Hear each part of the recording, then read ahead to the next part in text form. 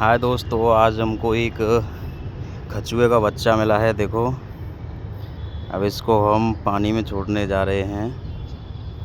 बहुत ही सुंदर लग रहा है। देखो कितना सुंदर है। बहुत नाजुक बच्चा है, बहुत छोटा सा बच्चा है। इसको हम नीचे छोड़ते हैं पानी में, नदी में। ये हमको हमारे घाट पे मिला था। अब इसको हम छोड़ते हैं पानी में। अब ये जाएगा पानी में धीरे धीरे।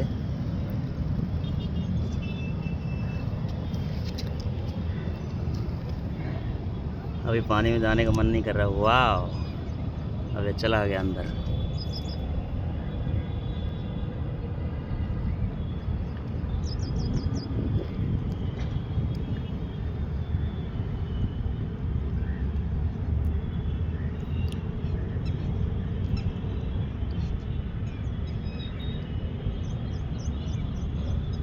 Bye bye.